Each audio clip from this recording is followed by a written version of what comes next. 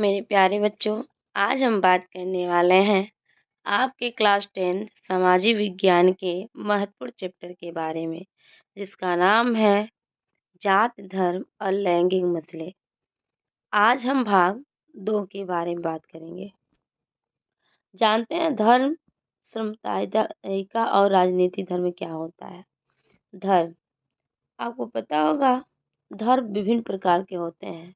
हर धर्म में हर लोग रहते हैं, जैसे जैन धर्म, बौद्ध धर्म, मुस्लिम धर्म, हिंदू धर्म।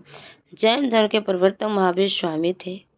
बौद्ध धर्म के प्रवर्तक गौतम बुद्ध थे और मुस्लिम धर्म के पैगंबर मोहम्मद शाह को माना जाता है। और हिंदू धर्म के बहुत सारे ऐसे अनुयायी थे। जहाँ धर्म की बात करते हैं, भारत में कई धर्मों को मानने वाले लोग ऐसे थे।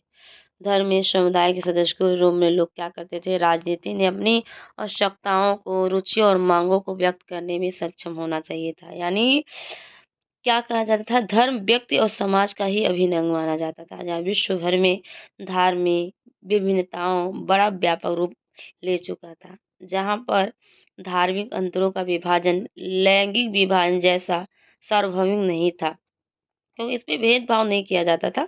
भारत में विविध धर्मों के अनुयायी रहते थे।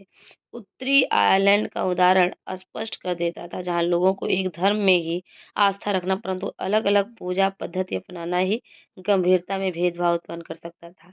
जहाँ पे अनेक प्रकार के विभाजन देखने को मिला, जहाँ पर देखा गया कि गांधी जी का कथन था कि धर्म को कभी भी राजनीति में पृथक नहीं किया जाता है।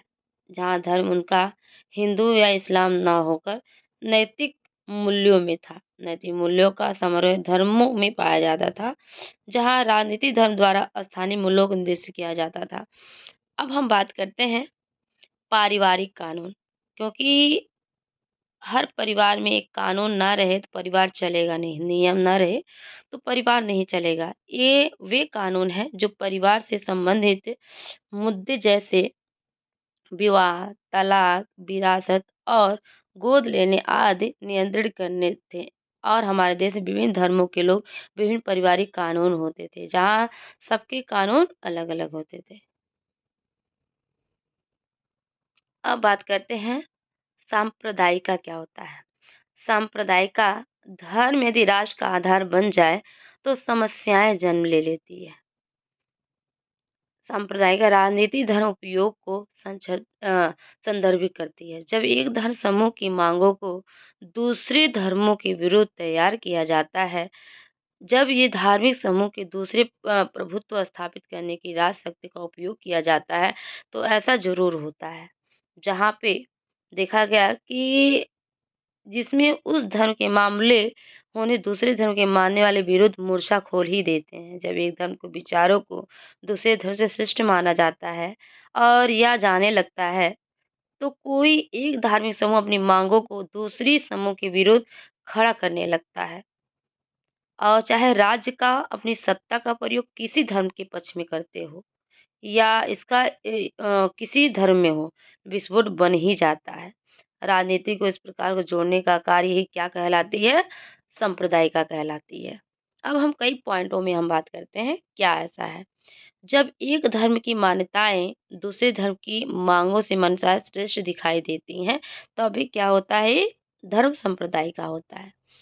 जब एक धर्म की समूह की मांगे दूसरी मांगों से टकराती है, जब धार्मिक समूह का दूसरे प्रमुख स्थापित करने के लिए राजशक्ति का प्रयोग किया जाता है, तभी क्या होता है? धर्म समुदाय का हो जाता है। अब बात करते हैं राजनीति में संप्रदाय का विभिन्न रूप ले सकती है, जैसा कि नीचे देखा गया है। जहाँ पर पहले धार्मिक पूर्वग्रह, धार्मिक समूहों के बारे में पूर्वधारणाएं और अन्य धर्मों पे अपने धर्म की श्रेष्ठ में विश्वास, रोजमर्रा की मान्यताओं से समुदाय सबसे प्रमुख अभिव्यक्त हुआ करता था। जहाँ पे लोग पहले लोग क्या करते थे? अपने धर्मों को मानने वाले रहते थे, लेकिन आज्ञा का पालन भी करने वाले रहते थे, लेकिन अपने सबसे ज़्यादा श्रेष्ठ अपने धर्म को दिया जाता था। लेकिन ये मान्यताएं थी कि सबसे प्रमुख अभिव्यक्त दिन प्रतिदिन के बारे में बनी धारणा और धर्म को दूसरे धर्म से श्रेष्ठ समझने की मान्यताएं प्रमुख होती थी। जहाँ अपने भीतर ही समाहित इन चीज़ों को और क्या किया जाता था? हम ध्यान दिया जाता था। एक संप्रदाय का मानसिक अक्सर राजनीतिक रूप से अपने स्वयं के धार्मिक समुदाय पे शासन करने की इच्छा पैदा करती है। राजनीतिक क्षेत्र में एक धर्म के अनुयायी को एक साथ लाने के लिए धार्मिक, राजनीतिक पवित्र प्रतीकों, धार्मिक नेताओं, भावनात्मक अपील और साधारण भय का उपयोग किया जाता है। यानी क्या होता था, किसी से भी डर नहीं होता था। जहाँ पे भावना का लक्ष्य अपने धार्मिक समुदाय के लिए होता था। बहुसंख्यक लोग समुदाय के होते थे और बहुसंख्यकवाद का पर्याय बन चुका था, जहाँ अल्पसंख्यक यानी थोड़े लोग क्या करते थे, समुदाय के अलग अलग थे, इस इकाइयों को अपने तरफ क्या करते बनाने की तरफ खींचा करते थे, जहाँ पर समुदाय का कभी कभी संप्रदाय का हिंसा, दंगों और जनसंहार का सबसे रूप धारण कर सकते थे। विभाजन के रूप में भारत और पाकिस्तान इतिहास को सबसे खतरनाक संप्रदाय का दंगे हुए थे। अब बात करते हैं धर्मनिरपेक्ष प्रदेश के बारे में। ठीक है, भारत एक लोकतांत्रिक देश है और संप्रदाय का देश के लोकतंत्र के लिए जितनी बड़ी चुनौती है, धर्मी उतनी ही विकट समस्या है। हमारे देश में निर्माता इस चुनौती से भली भांति अवगत थे, जहाँ पे उन्होंने भारत के धर्मनिरपेक्ष शासन का प्रारूप यानी मॉडल ही चुना था। इसलिए धर्मनिरपेक्ष के देश में भारतीय धर्म की बहुत महत्वपूर्ण विशेषताएं देखने को मिला था।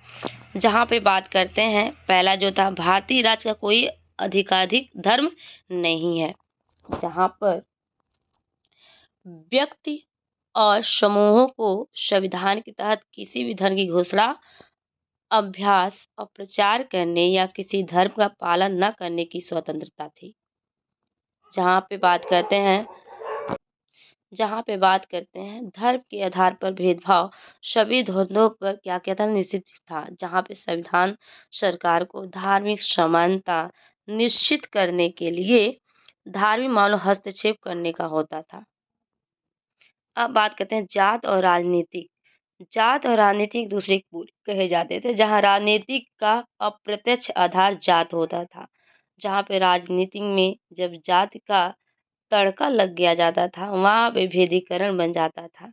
यहाँ सामाजिक विभाजन क्या होता, सकारात्मक और नकारात्मक दो अभिव्यक्तियों में होती थी। एक लाभकारी होता था, दूसरा हानिकारक, यानी एक को तो लाभ होता था और दूसरे को हानि होता था, लेकिन दोनों तरफ से होता था। यानी सकारात्मक और नकारात्मक दोनों तरफ से होता था। इस अध्याय में यही बारे में हम जानेंगे।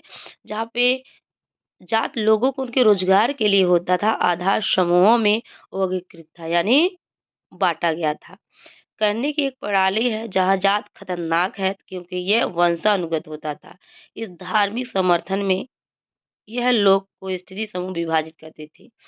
यह पदानुक्रमित शीर्ष पे समूहों को उनके नीचे लोगों के साथ बातचीत करने से रोकता था और विपरीत परिस्थितियों में राजनीति जात दोनों के लाभकारी और हानिकारक पहलू माने जाते थे। अभी हम बात किए ना कि ये दोनों पहलू पे बात होता था, एक सकारात्मक और एक नकारात्मक। और एक तरफ से तो किसी को लाभ होता था और एक तरफ क्या होता था, हानि हुआ करता था।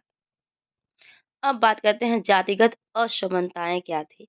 विभिन्न प्रकार की जातियां पाई जाती, चाहे ब्राह्मण, क्षत्रिय, शूद्र, वैश्य, कोई विभिन्न प्रकार की।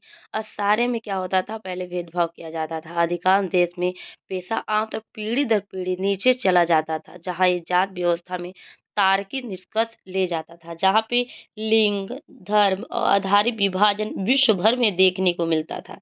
यानी लिंग पर, जात पर, धर्म पर ये क्या होता था, भेदभाव किया जाता था। इसका विभाजन कई भागों में बांटा गया, परंतु जात पे आधारित विभाजन मात्र भारतीय समाज में ही पाया जाता था सबसे ज़्यादा। भारत के सभी समाजों में श्रम विभाजन पाया जाता था, जहाँ व्यवसाय और पेशा एक पीढ़ी से दूसरी पीढ़ी तक जाता था। जहाँ जाति में पेशा क्या होता था, वंशुगत होता था। विभाजन के रीति रिवाजों को मान्यता प्रदान करता था, जहाँ एक जात समूहों के लोग एक पेशों से जुड़े रहना चाहते थे और ये अलग होना चाहते थे। जहाँ पे कहा गया कि ये सारी चीज़ें ये अलग सामाजिक समूह में बना लेते थे। उनमें रख-रखाव, खान-पान, वैवाहिक संबंध बनाने होते थे। जहाँ शून्य जात समूह में वैवाहिक संबंध बनाने के लिए उनके साथ पंक्ति में बैठकर भोजन करना पड़ता था। जहाँ पे देखा गया कि इस प्रणाली के अनुसार एक ही जात सदस्यों का उद्देश्य था कि जहाँ एक सामाजिक समूह की स्थापना करना था, जो समान या तुलनीय व्यवसाय अभ्यास करता था, वहाँ जात समूह के भीतर विवाह करता था और अन्य जातीय समूह सदस्यों के साथ भोजन नहीं करता था। अभी ये बात की है ना कि बैठकर भोजन करना पड़ता था।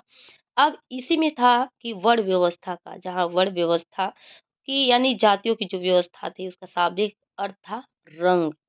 वर्ण की उत्पत्ति जन्म के साथ कर्म से ही जुड़ जाती थी, जहाँ लोग अपने कर्म के अनुसार ही बात करते थे। और आर्यों ने सामाजिक संरचना को ब्राह्मण, क्षत्रिय, वैश्य और शूद्र के रूप में 4 वर्णों में क्या किया? बाँट दिया था। जहाँ वर्ण व्यवस्था अन्य जाति समूहों में भेदभाव और उनके अपने अलग रखने के लिए मानने की अवधारणा से जुड़ी थी। जहाँ आर्यों ने क्या किया? रंग को व्यक्त करने के लिए वर्ण व्यवस्था की उत्पत्ति की। वर्णों की उत्पत्ति का आधार समाज की 4 आवश्यकताओं को ज्ञान, रक्षा और अर्थव्यवस्था की पूर्ति की दृष्टि से दी गई थी। जैसे कहा गया ना कि जात को लेकर के लोग भेदभाव करते थे, ये रंगों के लिए, तो ये आयु की देन थी जो रंगों पे लेकर के भेदभाव किया जाता था। और बात यही नहीं, आर्थिक प्रगति में बड़े पैमाने पे चाहे शहरीकरण बढ़ी और साक्षरता और शिक्षा, नौकरी की गतिशीलता और समुदाय की स्थिति क्या है कमजोर होने के परिणाम जाति परंपरा अवधारणा टूट रही थी। जैसे शिक्षा का स्तर भी बहुत कम था, नौकरी पेशा भी सबसे ज्यादा नहीं था और शहरीकरण का विकास भी बहुत बड़ी तेजी से नहीं हो रहा था और साक्षरता भी इतना नहीं था। कहा और इसी के अनुसार अवधारणा टूट रही थी, जहाँ पे भारतीय संविधान ने जात आधारित भेदभाव को गैर कानूनों को घोषित कर दिया था। यानी जो भारतीय संविधान थी और जात को लोग भेदभाव समझते थे, जहाँ पे भेदभाव को गैर कानूनी घोषित कर दिया गया था, जहाँ पे व्यवस्था की असमानताओं को ठीक करने के लिए आधार तैयार किया। ये थी जातिगत असमानताएं। अब बात करते हैं राजनीति में जात की कई रूप ले सकता था। जहाँ पे देखा गया जब राजनीतिक दल अपने उम्मीदवारों को चुनते थे या सरकारें बनाते थे, तो वे आम तौर पे सुनिश्चित करते थे कि कई जातियां और जनजातियां उसके सदस्यों में क्या होंगी? शामिल हो जाएंगी। जहाँ पे लोग क्या करेंगे? चुनाव जीतने के लिए राजनीतिक दल राजनेता जात भावना का सहारा लेते थे, क्योंकि वोट देने का अधिकार उनको होगा और उनकी भावनाओं के साथ हम क्या करेंगे? खेल सकते हैं। राजनीतिक लोग क्या करते? समर्थन करते थे। प्राप्त करने के लिए राजनीतिक दल चुनाव के दौरान जात आधारित मुद्दे पर जोर देते थे, क्योंकि एक व्यक्ति एक वोट प्रणाली या व्यस्त मताधिकार के मतदाता को अत्यधिक शक्तिशाली बना देता था। क्योंकि एक वोट ही क्या करता था? व्यस्त मताधिकार को क्या बना देता था? शक्तिशाली ही बना देता था। इसलिए वो क्या करते थे? जात पे आधारित पे मुद्दों पे क्या करते थे? ये जोर देते थे। अब बात करते हैं जात में राजनीतिक। भारत में जात और राजनीति का गंगा जमुना एक समन्वय माना जाता था, ना एक दूसरे के पूरक माना जाता था। जहाँ पे सांप्रदायिका की तरह जातिवाद भी इस मान्यता पे टिका हुआ था और जात ही सामाजिक समूह में एक गठन का एकमात्र आधार माना जाता था। जहाँ लोगों का विचार था कि जाति के सदस्य एक स्वाभाविक सामाजिक या समुदाय का निर्माण करते हैं, उनके एक जैसे ही दूसरी जात के हितों में अलग हो जाएगी। जहाँ पे अभी बात की है ना इस चीज़ को, वहाँ पे लोग जात हमारे जीवन में आवश्यक अंग माना जाता था। जहाँ एक सार्वजनिक रूप से महत्वपूर्ण अंग नहीं है, लेकिन अनेक जात में अनेक रूप धारण करने वाले थे। जहाँ पे जात व्यवस्था और जात की पहचान की जाएगी, वहाँ प्रभावित होती थी क्योंकि उन्हें राजनीतिक क्षेत्र में लाया जाता था।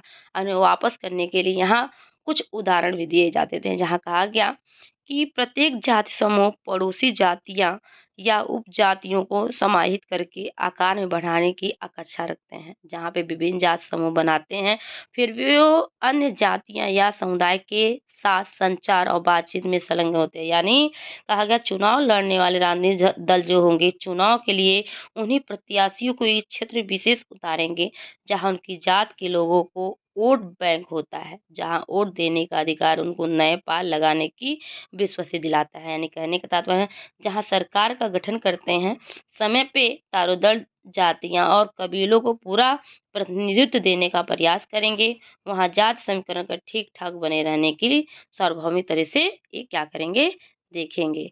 अब ये वीडियो यहीं समाप्त हो जाता है।